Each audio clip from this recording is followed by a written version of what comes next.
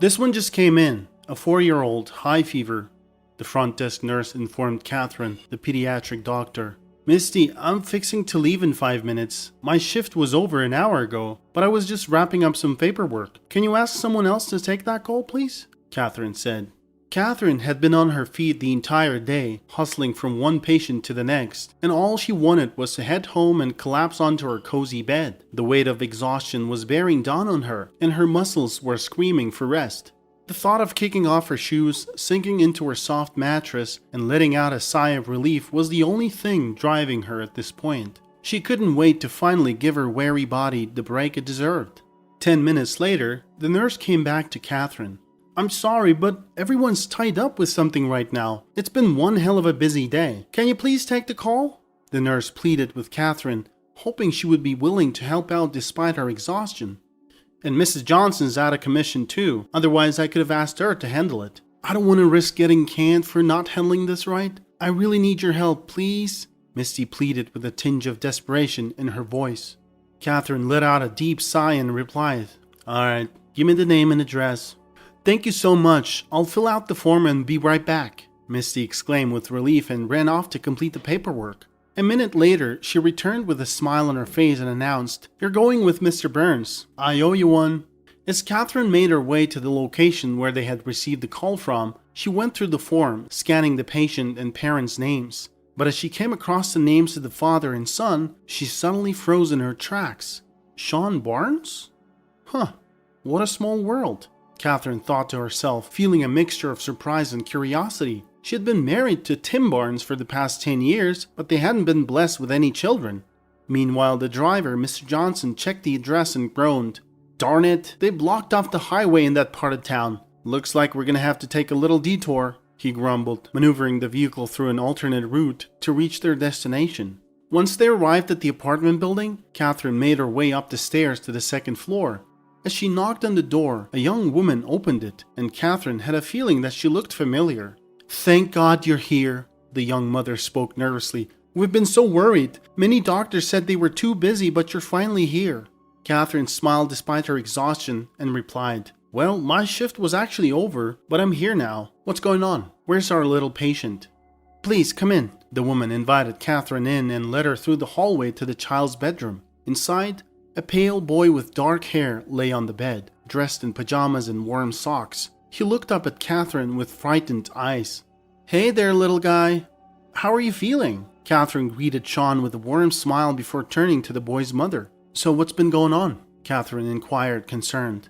He's been coughing for the past couple of days. It's not too severe, but it's been persistent. And his temperature spiked up to 102, the mother replied as Catherine began to examine the boy.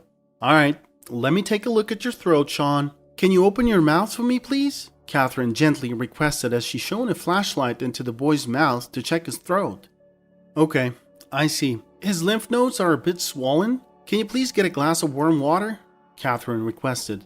Honey, bring a glass of warm water for Sean, the woman shouted. After a couple of minutes, a man in a cooking apron entered the room and handed Catherine the glass of warm water. As she looked up to thank the man, she froze in disbelief. It was her husband Tim, who had informed her earlier that he would be leaving on a 3-day business trip. As the reality of the situation dawned on both of them, they stood there in stunned silence, unsure of how to proceed. Despite the shock of the unexpected encounter with her husband, Catherine was able to maintain her professionalism and focus on the task at hand. She began explaining to the parents how to take care of their child. Alright, so here's what we're gonna do, Catherine said, addressing both parents. I'm gonna prescribe some medication to bring down his fever and help with the cough.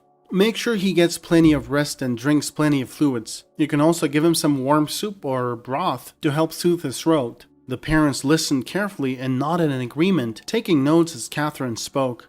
Also, keep an eye on his fever, and if it doesn't go down or if he develops any other symptoms, give me a call right away, Catherine added. Thank you so much, doctor, the mother said, looking relieved. We really appreciate it. Catherine smiled warmly. No problem at all, just doing my job, she said, trying her best to ignore the awkwardness of the situation with her husband in the room. After Catherine left the apartment, Tim immediately began calling her. However, Catherine repeatedly declined his calls when he saw his name on her phone screen.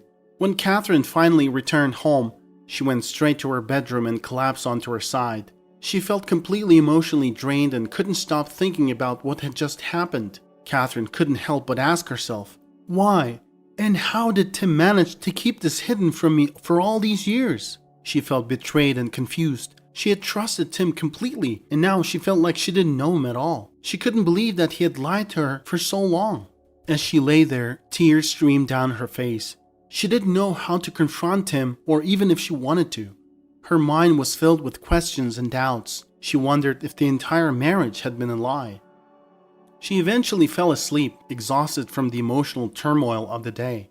Catherine had always dreamed of having children, but things didn't seem to be falling into place. She was now beginning to wonder if the issue lay with her, since Tim had a child with someone else.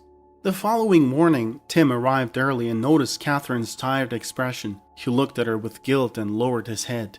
"Catherine, there's something I need to tell you," Tim began hesitantly, but Catherine interrupted him by raising her hand. "Why?" she asked, her voice trembling. "Can you tell me one thing? Why have you been deceiving me for all these years? What was the purpose?" Tim was unable to speak.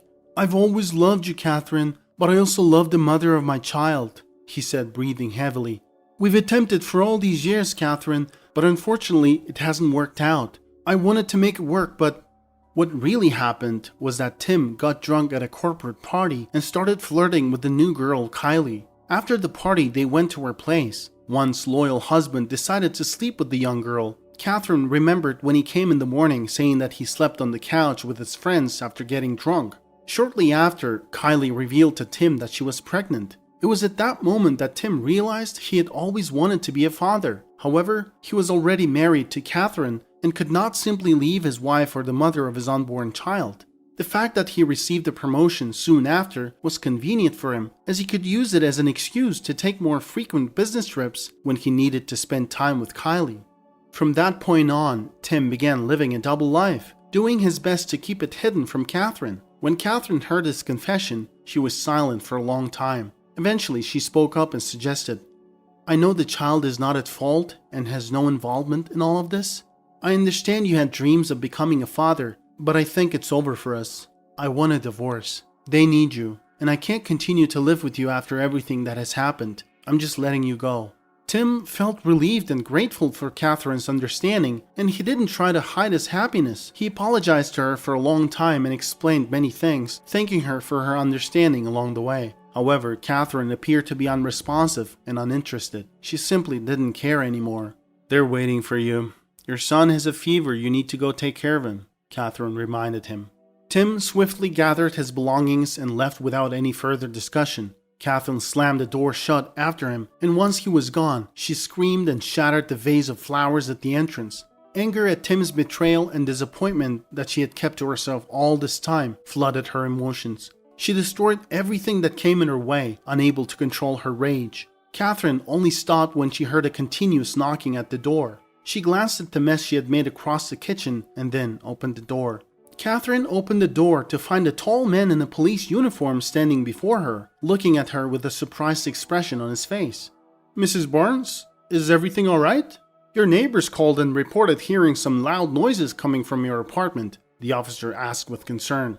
Catherine looked at the officer, surprised that he knew her name. "Have we met before?" Catherine asked the officer. "Well, actually we have. I brought an infant in for screening not too long ago. Remember?" The officer replied, smiling as he took off his glasses. "Oh yeah, I remember now. You brought in the baby that was found in front of a convenience store in a box. The poor thing was freezing. They took him to an orphanage afterwards. I remember you," Catherine replied. "The neighbors called and reported your address. I recognized it and decided to take the call. They reported hearing screams and crashes. What's going on, ma'am?" the officer inquired. Catherine was caught off guard and replied, "It's nothing serious, just some family issues." "I understand where you're coming from. I've been there too," the officer replied, taking a focused look at her. "George, right? Come on in. Don't just stand at the door," Catherine said, feeling the desperate need to talk to someone. Though she knew that a police officer might not be the best person to talk to, she remembered George from their work on the case of an abandoned infant. George looked around the apartment and noticed the mess. "Looks like you've been having a tough time," he said sympathetically. Catherine nodded, feeling a sudden wave of emotion. Yeah, it's been a rough